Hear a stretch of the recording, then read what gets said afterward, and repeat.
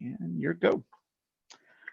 Good afternoon, everyone. My name is Jim McCarthy, and I'd like to thank you all for coming out to this Chill with Jim episode where it is always business up top and pajamas on the bottom. Jim, have you washed those since we started this? Those are details we don't need to talk about. All right. Sorry. Bring up things. Some people only have one pair of pajama pants. Gotta wear them show every up night. good on the camera. The other ones kind of just look like regular pants. I am your host. I am Jim McCarthy, and my job at Strix, Louisiana is to be the client advocate. And so what that means is I am constantly making sure that our clients are set up with the best equipment, the best software, make sure that all the IT solutions that are put into place are the best ones possible for the moment. And we want to make sure that our clients are running at optimal efficiency. We also have David DeArmond on the line. Hey, I am David DeArmond, owner of Strix LA. My role here at Strix is to create circumstances where we can tell funny stories.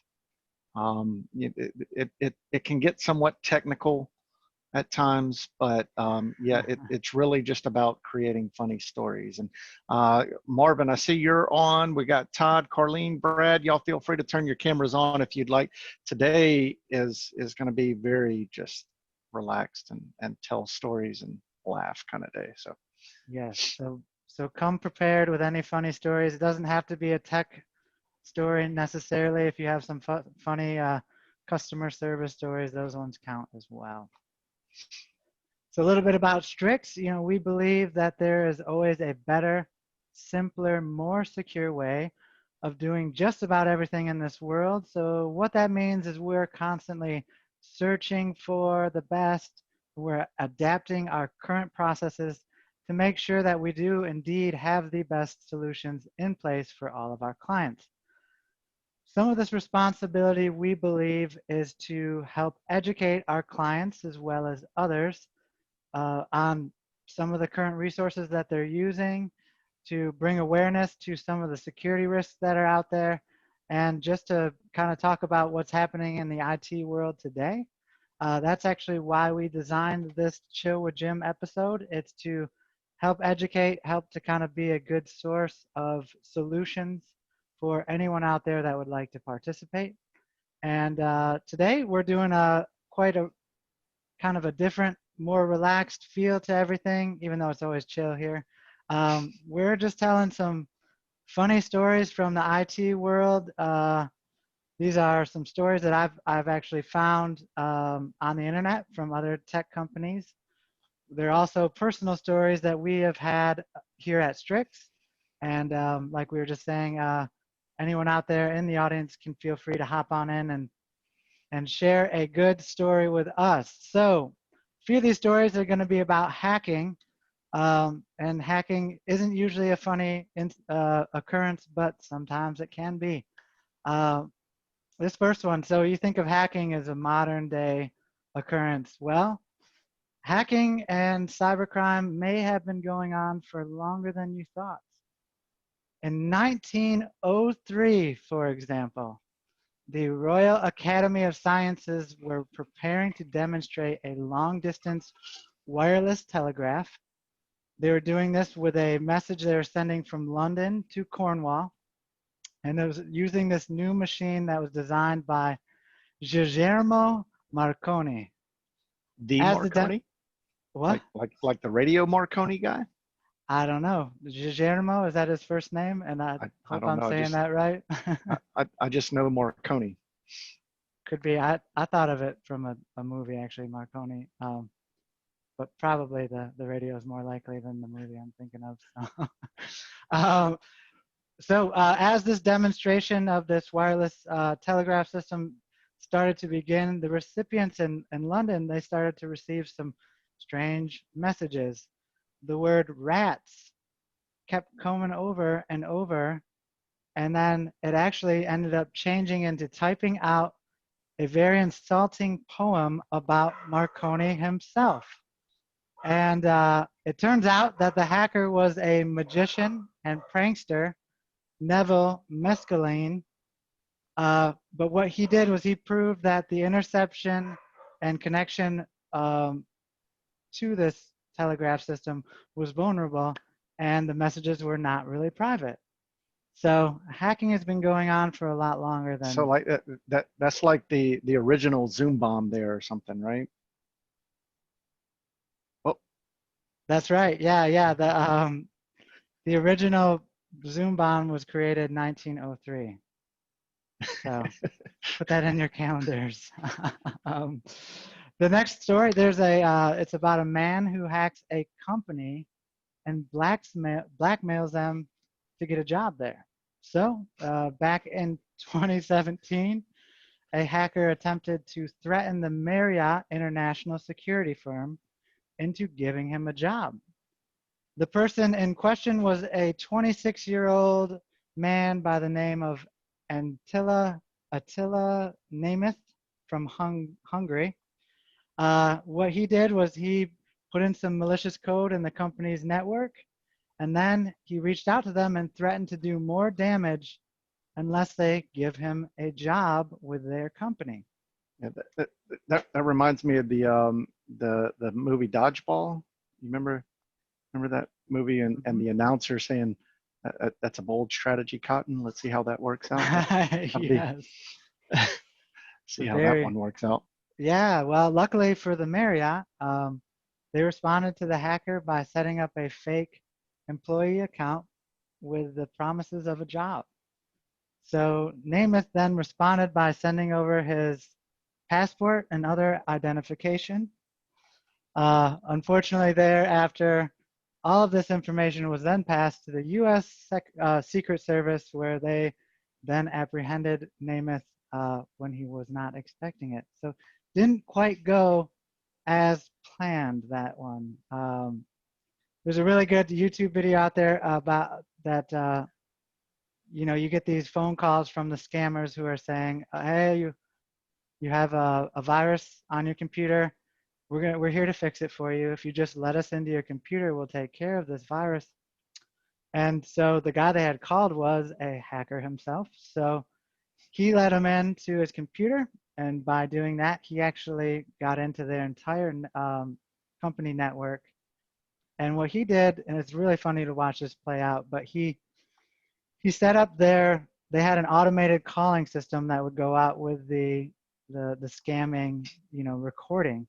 And so it was set up to send out, 100 of these in an hour, and they would pay per phone call. So he set that up to be 1,000 a minute. So that jacked up their bill astronomically with this phone service. He also changed the greeting to say, "Hello, this is a scam. Please hang up and do not answer from this number ever again." So he ran this auto call system like that full blast for about 4 days before they could figure out why they're not getting any phone calls. By the time they had noticed, they actually had accrued such a large bill, it ended up putting this company out of business. And it's hilarious to watch. A lot of good, funny scammers getting scammed videos out there on YouTube. So if you want to go down the rabbit hole, that's actually what I got paid to do this week, is to watch YouTube videos about scammers getting scammed. So not bad. That's what you were doing anyway.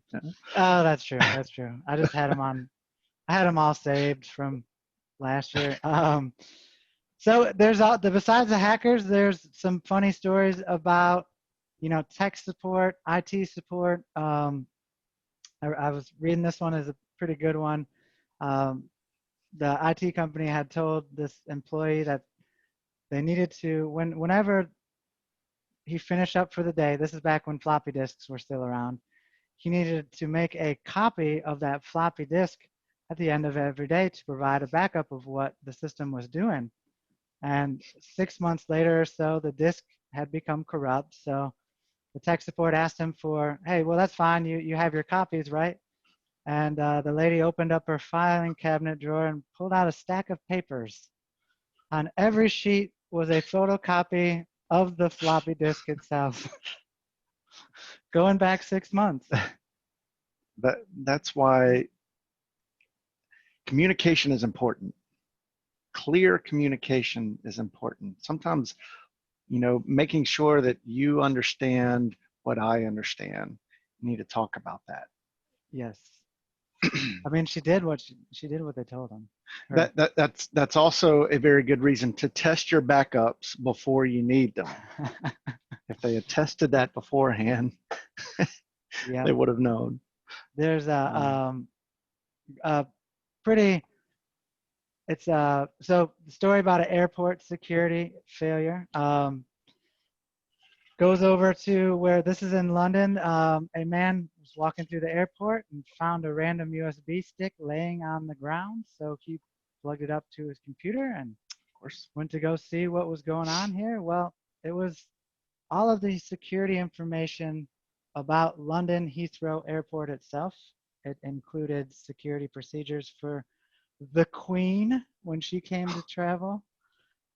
It also laid out every location of their security cameras and where they were placed.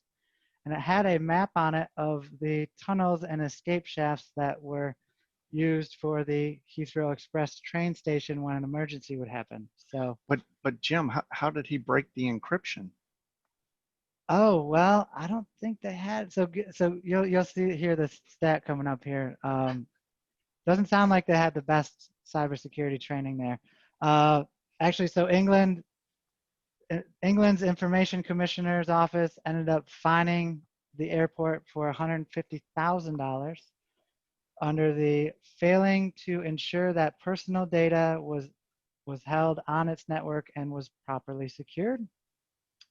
They reported that just about 2% of the 6,500 workers at the airport had been trained in data protection procedures. They noted that there was a widespread use of removable storage media that flooded throughout all of the staff there. So all of them were using little little flash drives to handle all of their data. So it's really no surprise that this happened. And they do say that the security has been heightened at Heathrow Airport since then. Hopefully. Yeah, hopefully is right. And that's just, it goes to show you on that note, like a serious note, we've seen it time in and time out where companies they don't see a need for cybersecurity training or practices until something goes bad. And that's just another case of that, where if the pain isn't really happening at the moment, a lot of companies are reluctant to put anything in place. But what that leads to are incidences that can be quite expensive or just really get out of hand. Another good one here, so another hacking one. The European Union website for the Spanish Prime Minister in 2010 was hacked, and so when people would log in to the website and go to the Spanish Prime Minister Jose Luis Rodriguez Zapatero, his webpage, this is actually what people would see here. Instead of the picture of the Prime Minister, they swapped it out for Mr. Bean. That's awesome. And so everyone who logged on got to go ahead and see the Prime Minister look familiar to maybe a show they had seen before then. And his popularity soared. And you know what? He became the president for the next 250 years. No. So there are some funny instances of hacking. Most of them are devastating. This is one I was telling David I really wish I would have pulled off back in the day. When I was working at the computer recycling company, we would often kind of pull little pranks on each other's computers when maybe someone walked away and didn't remember to lock it. So we changed their background. A really good one that I used to do was you take a screenshot of how their computer looked when just the desktop was up, and then you would put that as the background. And so it would really screw them up if they started to move their icons. They couldn't figure out why there was duplicates all of a sudden of all their icons.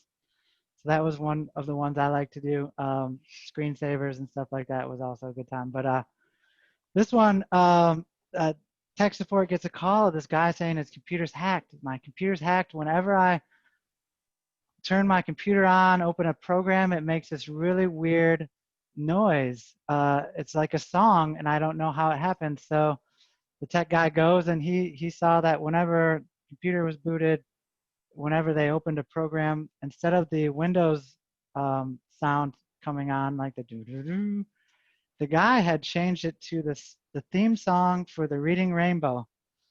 And it was the actual entire song. So every time he would turn his computer on, the entire Reading Rainbow song would play.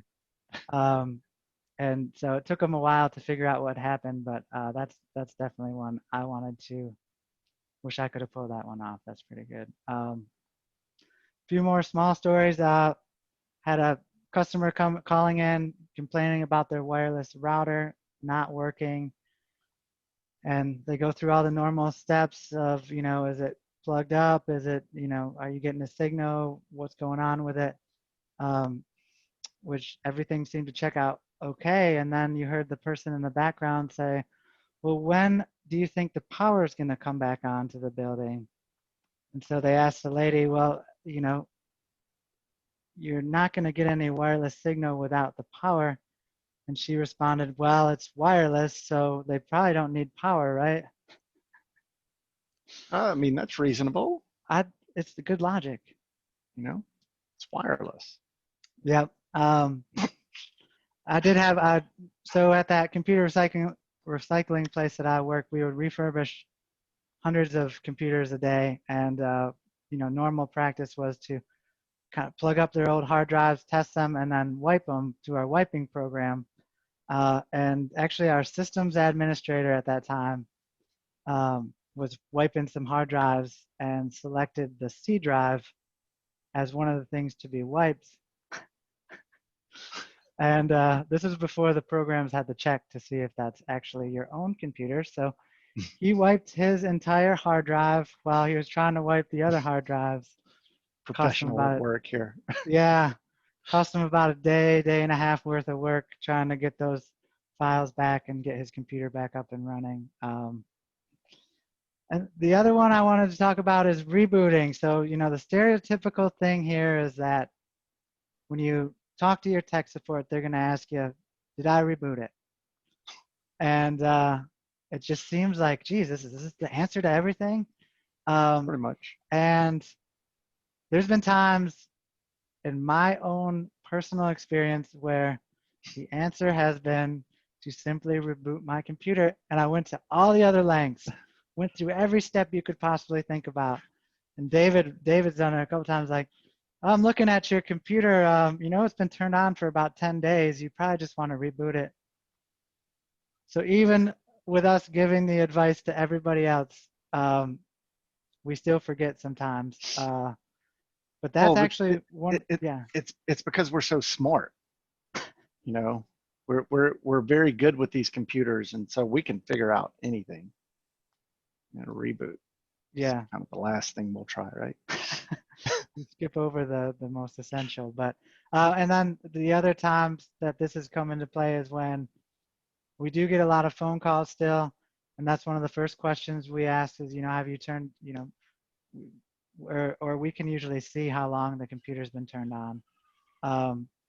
And it's usually like, well, have you rebooted it recently? Oh, you guys say that's the answer to everything. You guys always say that. But no, I haven't rebooted it yet. Yeah, no, we see it's been up for 32 days. We probably want to go ahead and get that rebooted. Reboot, and boom, it automatically fixes the problem. Some people have asked me, do I really need to, when I unplug something like a wireless router, do I really need to leave it unplugged for 30 seconds. Is that just something you guys say? Um, and so there's these little things on your circuit boards called capacitors. And what these do is these store up energy, they store up power. And sometimes they can hold it for about 20 or 30 seconds. The reason I remember this one really clearly in my mind is because the 2013 model of an iMac, when you get inside of it, it actually holds its charge for a good 5 minutes. So we were refurbishing a bunch of these machines, and when I got zapped really, really hard on my arm, it left me a nice little burn on my arm. And ever since then, I've always remembered that, yes, it is very important to leave it unplugged for a little while to let those capacitors discharge themselves. So it is a real thing. It does really happen. Yeah, and just a little trick if you're facing that situation, if you unplug it and if the device has a power button, if you push the power button to turn it on, it will drain all of that. It'll try to turn itself on. It'll drain everything very quickly, and you just saved yourself a good 20 seconds. That's right. Big warriors a zap on the arm. Or a The zap on that one.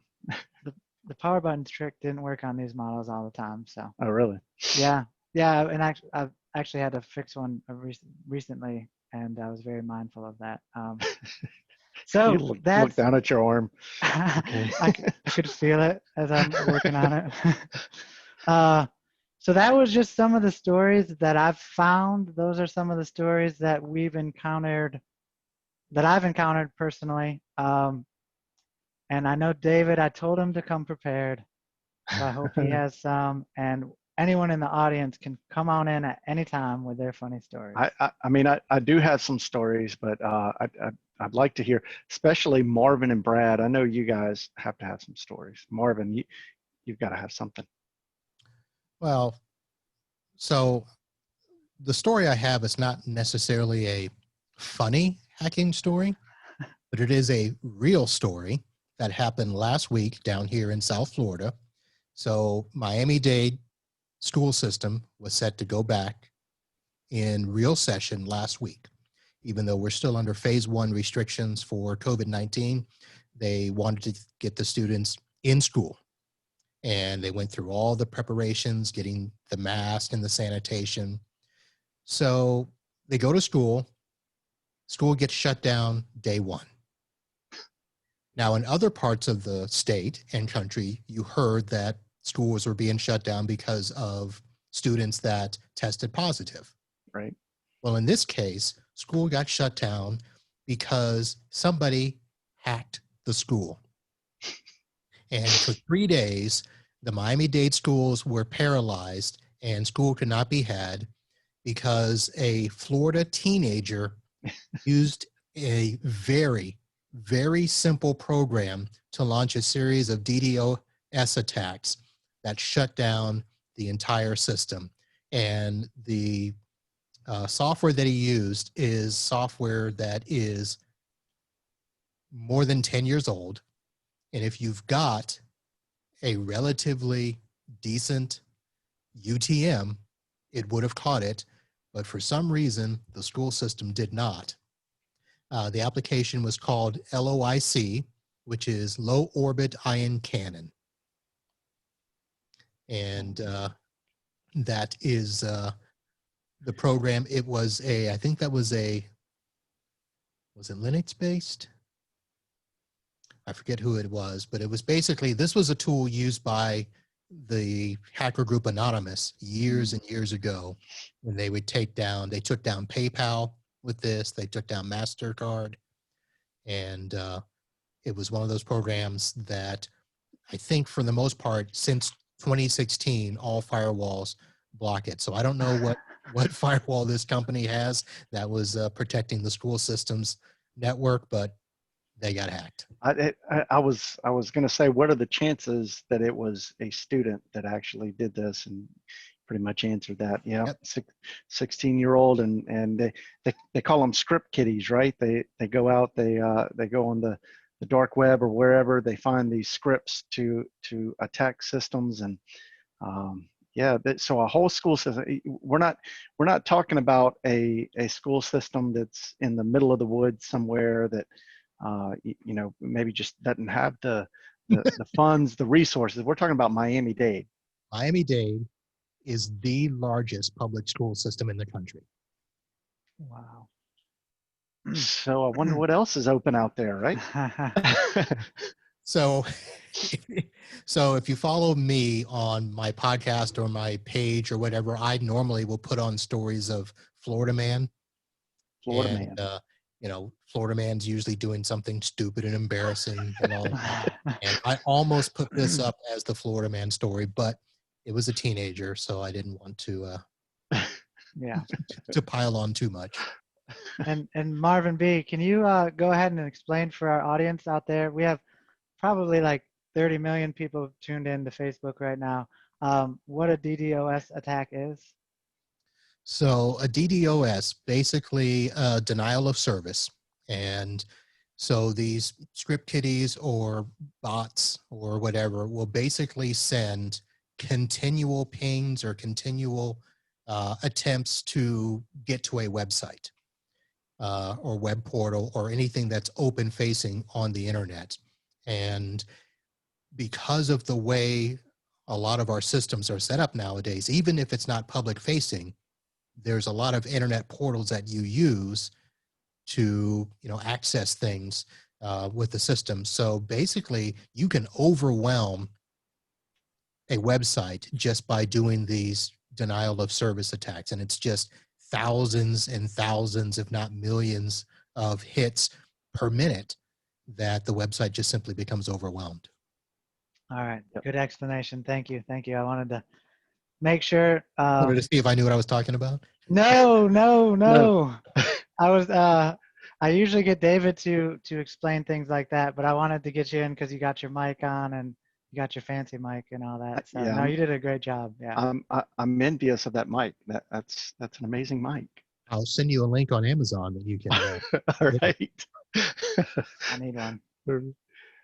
Yeah, I think one of the moral of the stories here is don't let a technical person get bored, though, because I know back in my day, so Brad and I are kind of opposite. Brad used to work at an MSP, and now he's the IT director for a company here in Baton Rouge. I used to be the IT director for a company here in Baton Rouge, and now I'm on an ISP. But in my days as an IT director, I would get bored occasionally, and so I would have fun at the expense of our users. One April Fool's, it maybe went a little too far. I didn't anticipate the reaction that I got, but I had created a line of business application that our company used, and I'd put in a small update for April Fools, so that it would pop up whenever you logged in to the system. It would pop up and just tell the user, hey, because of unsafe internet activity, your computer has been infected and all company files are being deleted. I thought it was funny. We had one user that, I mean, she freaked out. She calls me on the intercom system. You got to come see my computer. I go in. She's just bawling. She is bawling. I didn't do anything. I didn't know what I was doing. And to look her in the eye and tell her, I'm sorry, I did that. I did that to you. Well, yeah, April Fools. I thought it was funny until she was crying. Then maybe it wasn't quite so funny. But sorry about How that. funny was that walk to the HR department? She didn't turn me in. I guess that's the fortunate side of things. But isn't that okay on April Fools? Like, don't you get a pass on April Fools, or is that not a thing? I think you just learned the limit. It's a pass until somebody cries. Yeah. Depends on the HR department, I guess. Did the HR, and if HR got the same message? Well, HR did get the same message. Oh, sorry about that. Yeah, everybody got it, but that's because I'm an equal opportunity kind of person. Everybody got it. So, Brad, you've got to have a story for us, huh? Well, first off, Jim, I know what you're talking about with the power supplies. Um, the thing you have to worry about more though is not just the power, but if you recall the little where they cut off the leads, they stick out quite a bit, and if you pull away too fast, you end up with a gash and a shock at the same time. Ooh. Sounds like experience talking there. Yeah. Turn on your video and show us the scars. No, I don't start. But a couple, I'll turn on my video. But a couple, or one that I thought was hilarious when we did it was one of my first jobs was at a newspaper. And I worked in the data center. Data center was kind of open and you could actually see the servers and there was windows. And we had one monitor in there, which was connected to most of the servers. And I thought it would be funny to put a screensaver that was a blue screen of death for my boss. Of course, this was my job. I sat right in front of it to monitor this if it happened.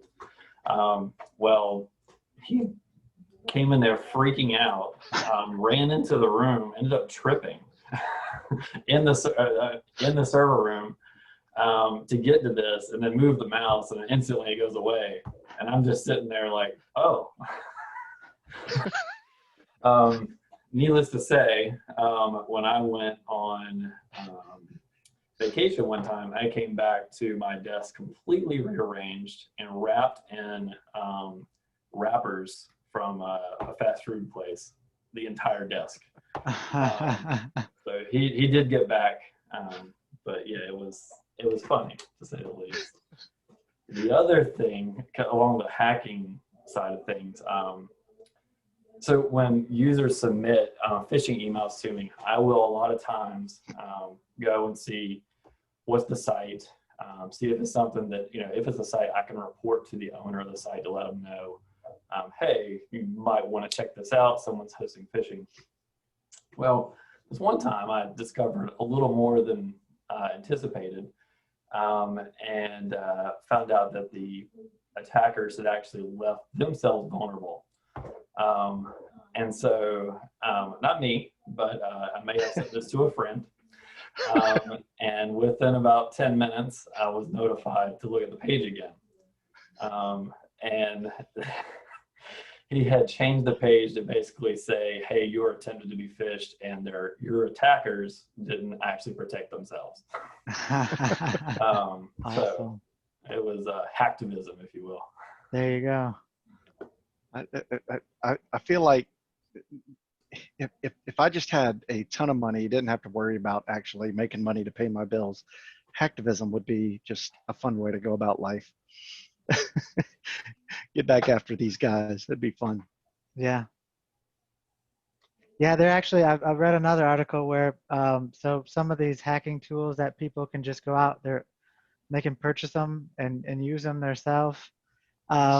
They've found that they are now opening up their own computers when they use these tools to the other hackers who sold them the tools. So it's vicious. I think it's got to be vicious in that world. But yeah, go buy your hacker tools from someone and you're going to be hacked as soon as you use them. You really need to trust the hacker that you buy your tools from. So it's very, very important. So know them well. Carlene and Todd, I'm interested to know if you guys have stories from the other side. We're a bunch of geeks here telling stories about, what we see on this end. Do y'all have any stories from your side? None you want to share? Oh, I might be one of Marvin's Florida man type stories. And it involves once when I was a young person, email, and this kind of ages me, but email had just come out and there was this reply all button, and I mistakenly replied all to about 1,000 people, and felt really, really embarrassed about that. So consequently, after that, I don't know if there's been any rules put in place for reply alls, but I rarely, if ever, do a reply all anymore. I'm sure that I'm not the only one that that's ever happened to, but it was pretty sad at the time. And really embarrassing. Yeah, Todd, don't feel bad. We have one of our vendors that this was just a Ooh, couple of weeks ago. 2 weeks ago, yeah. Yeah, that sent out an email to their entire mailing list. I don't know how many people. It was hundreds and hundreds of MSPs across the nation, and they didn't hide the other email addresses. So everybody out there just got a list of MSPs, their actual email addresses, and the responses that came back. Some of them were funny, some of them were not so funny. Some people were really upset with this particular backup vendor because they had just exposed their emails. So no, that's not just, that still happens today. Sending those mass emails out that go to places they're not supposed to go. That can upset some people. Another event it's sort of relates to, or it's in an industrial setting, and this one is kind of a coincidental thing. I was a brand new employee and trying to learn a system, a control system at at a chemical plant, and I was punching through some keys and whatnot, and this is the entire electrical grid of the plant internally. And I was trying to learn how everything was connected and whatnot. And all of a sudden, I could see circuit breakers opening up, after I had done a series of just punching keys, right? And all of a sudden, I could hear out in the outside, I could hear this chemical plant flares going off, shutting down, small explosions and so on. And I thought that I had caused this event because I had mistakenly punched a key or whatnot into this control system. But as it turned out, there was, after investigation, there was a cat that had stepped across a 15,000 K or 15K bus breaker and had actually shorted the system and melted his little paws into the metal of the breaker. And what was left of him was on the floor. And eventually I located this cat and had to, again, keeping in mind Jim's story about the capacitor, heck, I didn't know if this thing was still energized or not. So I went out and I found a wooden handled shovel, and I picked this thing up and I, disposed of it before we took a bunch of photographs and whatnot. But that's an incident where you've got control systems that are potentially tied to various types of infrastructure that you've got to have some protection around. Thankfully, this time I didn't cause the issue. Yeah, you're picking up that poor cat with the shovel, thinking, "Thank you, cat." Yeah. I thought this was me. I really thought, thankfully, that, oh my goodness, this cat gave his life for me, I think. Oh, man. But those are my stories. Those are great. Thank you, Todd. Yeah, we had another incident where we had an employee at one of the companies that I worked for that tended to be a little bit nosy, and so this gives you an idea of what a hacker can do if they have access to your systems. We've seen this actually in the wild, but I used it to my advantage this one time. I knew that this employee was nosy, and so I faked the ADP letterhead, just like an attacker will sometimes do.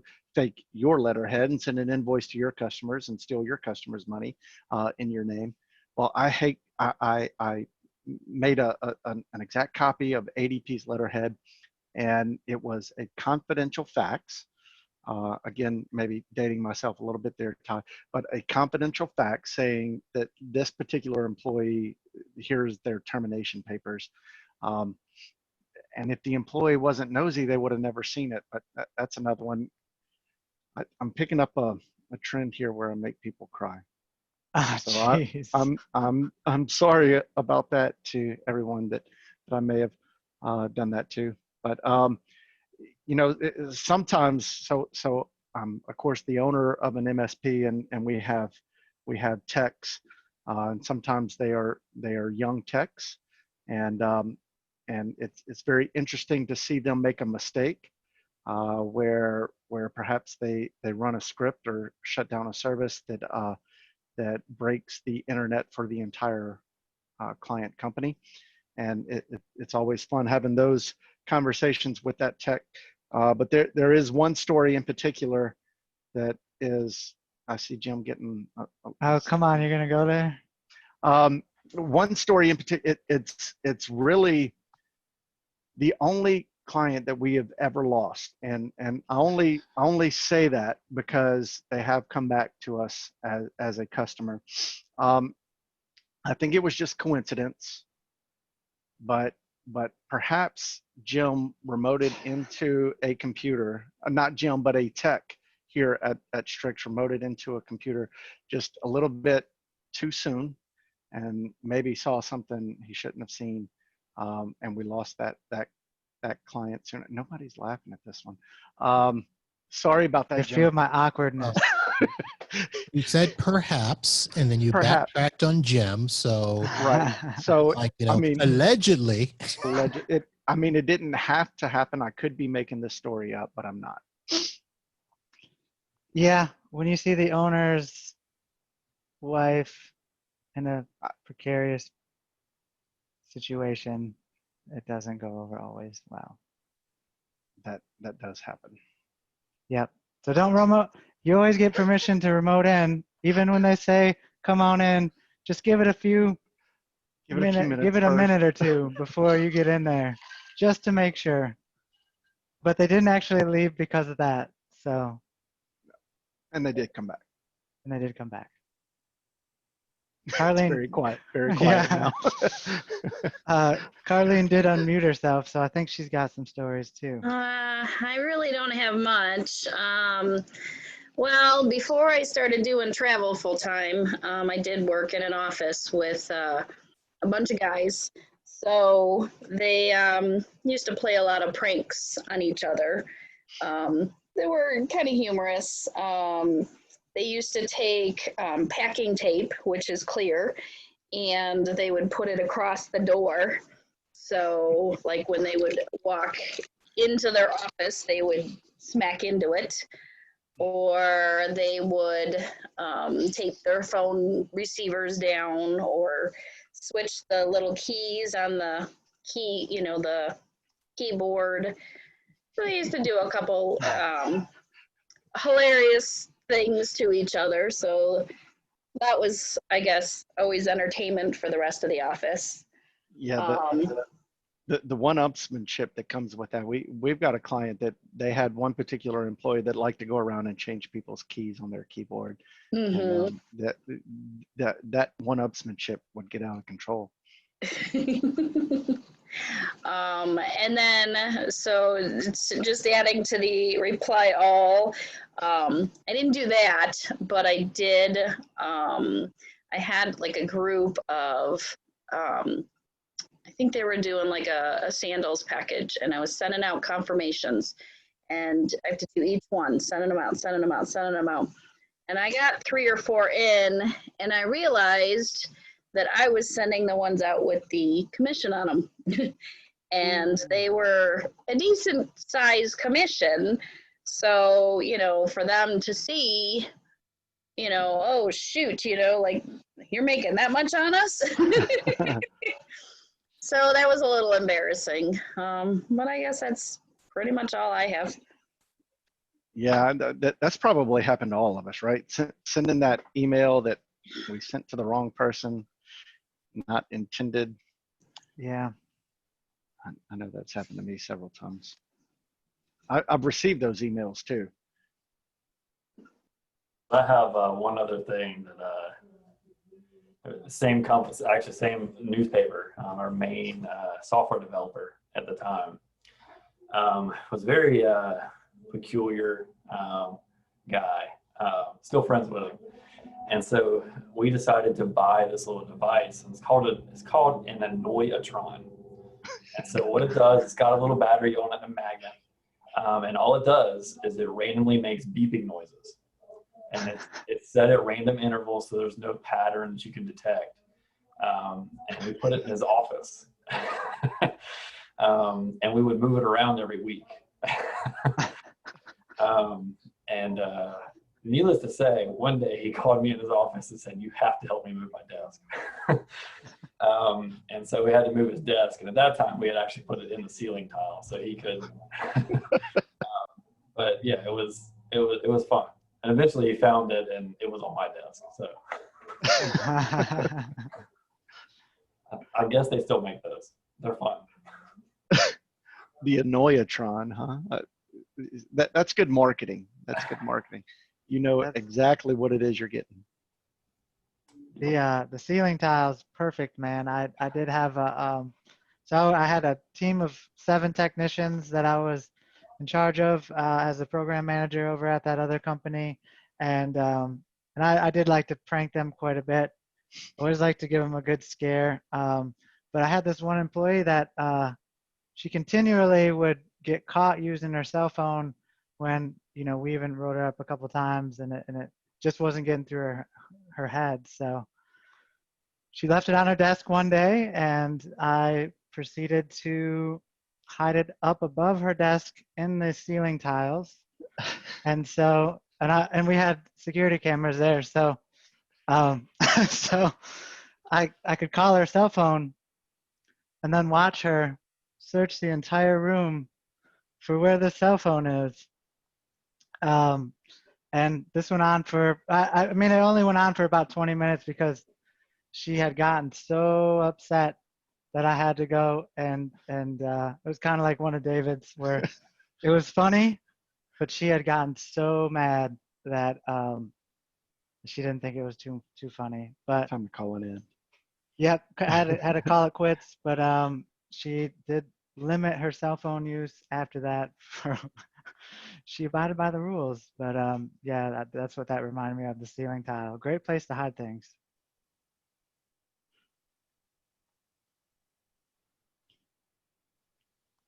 Allowing for my moment of silence to see if anybody had any more funny stories. The only other one I can think, yeah, go ahead, Marvin. I was going to say, since, you know, this has turned into pretty much pranks instead of acts, you all look to be of a healthy age. And by a show of hands, how many of you, when wireless mice and keyboards first came out, got yourselves your own wireless mouse and keyboard, but put the dongle in a user's tower and played with them? I have not done that, but I think I might. Yep. You've done that, Jim? I've done that. And the other one I was just thinking of was, so we used to sit with our computers back to back, you know, because we'd be across the desk from each other. And so one of the best ones that you could just, and it was before, like, if you unplugged the USB mouse, it wouldn't make a noise back then. So person would be working and I'd just unplug their mouse. And you'd hear them like, "What's going on? What's going on?" And before they go up to look at the back of the computer, I'd slide it back in. The mouse would start working magically, and then pull it back out a little bit later. That was a fun one. That was a fun one that I don't think I invented, because I think that one had been done to me, and then I did it to others. That's the circle of life. Circle of life. Do unto others as they do unto you. Something like that. I don't remember the exact wording of what they teach in the Bible. Something like that. The golden rule of reciprocating pranks to others. Well, awesome. I think so. We had some fun today. It's a perfect Memorial or Labor Day week to have a little bit of jokes and laughs. Um, some serious things can be gathered from this though as well, where cybersecurity, computer security is huge, because even if it's a funny prank, it's not funny when your business is compromised. Some of the ones like the Mr. Bean face seem very harmless, but they could have been quite a bit worse. For that school that Marvin B talked about, I mean, if I was a little kid and could get away with that and get 3 days off, I mean, why not? Why not? In Michigan, we were lucky. We had some snow days every now and then, but I think middle of the year, if we didn't have any snow days, I was going to probably be doing one of those DDoS attacks myself. Yeah, I mean, we see that a lot where customers are not necessarily concerned about their website, but like Brad mentioned, you open up your website, you leave the vulnerabilities there. Someone will get on your website and start using it for their own purposes, to steal credentials. And what happens, that shows up on Google's list, that showing up on blacklists, and all of a sudden people can't get to your website, and or it starts popping up where the filters are saying this is a dangerous site. And wait a minute, my site's not dangerous. I don't do anything but try to sell my services.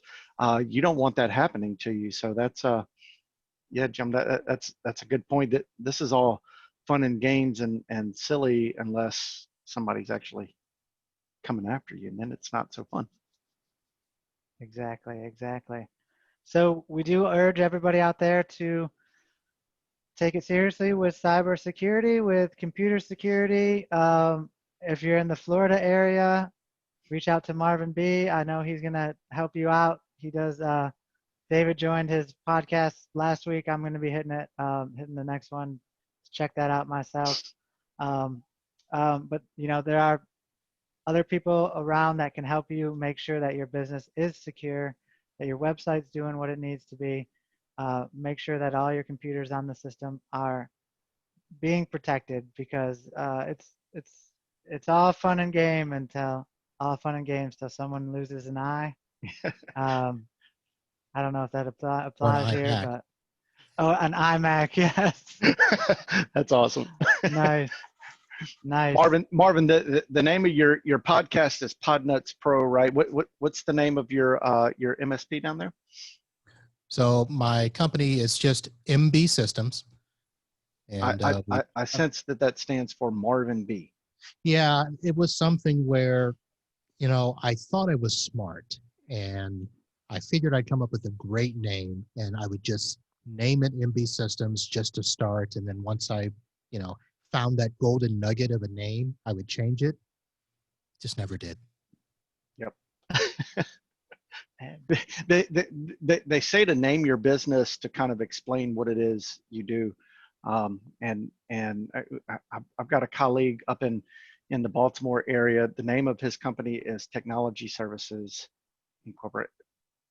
Brilliant. Why didn't I think of that? Technology. That is exactly what it is that we do. Yep. Oh well. We have Strix, and nobody knows what that is, but that's okay. Even when you explain it, sometimes they're like, what? Okay, so you have two parts. You have Strix, and then you have LA. Right. Los you have Angeles. To explain your name twice. We are Hollywood. We do have to explain our name twice, because it's not Hollywood. It is Louisiana, Strix, Louisiana, and like I told Marvin on his podcast here last week, Louisiana is, I don't know about you, Jim, or anybody else that's here in Louisiana. I still have trouble typing out Louisiana. My fingers get twisted. Yeah. And so we created Strix LA as our domain name, and people started calling us Strixla, which was okay, but not quite what we wanted. So we stuck with the Strix LA for Louisiana. but Yeah. we can transport it other places, and then they think we're Hollywood, and everything from Hollywood is bigger and better and more important, right? There you go. Well, and David, tell us a story about Strix real quick. We got a little time. How'd you come up with the name? Well, I mean, it was really just laying around trying to think of a name, and the idea. So we didn't always have better, simpler, secure as our moniker or our slogan. The idea was about wisdom, and I was thinking, what's wisdom? And if you look out there for Athena, she's the goddess of wisdom, right? Athena. There are about 1 million different companies named Athena.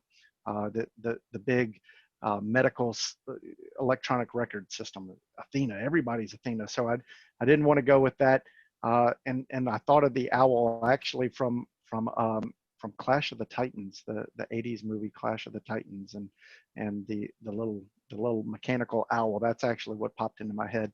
And I thought, well, owls are wise, and so that's really good. But I didn't like owl, so I looked it up. Strix is the Latin term for owl. Now I did make one simple mistake, that the owl that you see, let's see right there, it's got the horns on it. That is not the Strix owl. The Strix owl has no horns, but nobody knows that, so we went with that with our logo anyway. It's Babo, B-A-B-O is the owl with the horns. So anyway, probably like way Strix more better. way more information than you wanted to know. And I will tell you, if you have young kids, do not go look up Strix online, because apparently there's a whole mythology about the Strix owl that is like just this evil thing that makes people cry and steals children. I didn't know that before I named my company Strix. So don't look up that. It's about the wisdom. It's about the wisdom. The wisdom. Wise IT. We actually used to have Strix Wise IT. That was one of those older things. Well, I always like that story, so I hope other people appreciate it too, because it's fun to see how your mind worked to get there. But yeah, everybody, thank you everyone for joining us and participating. We love the discussion. It's been great to hear all the stories out there. I hope I got some laughs out of you guys with the stories that we've shared as well. And actually, David, what's on the docket for next week's Chill with Jim?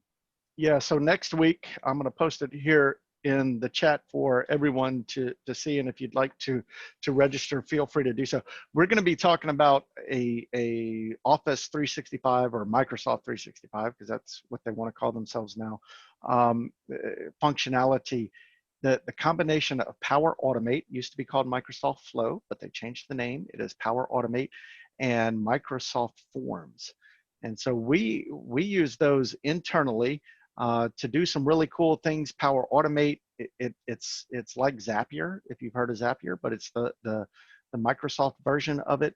And you put that with Microsoft Forms, and you can do some pretty cool things. So we're going to talk about some of the things we do. Carlene, we want you included on that conversation, because we know that Dugan's uses some of those as well. So yeah, that's what we're going to be talking about next week.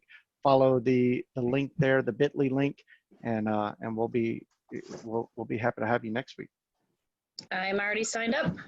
Awesome. Awesome. Well, we will see you there. Remember, it's always the same chill time and the same chill network or channel. So come on in, join us. And again, I appreciate everyone for coming out. Marvin, Brad, Carlene, Todd, thank you so much. 3,000 million Facebook users watching us right now. We appreciate it. Everybody have a good week, and we will see you next time. Bye, everybody.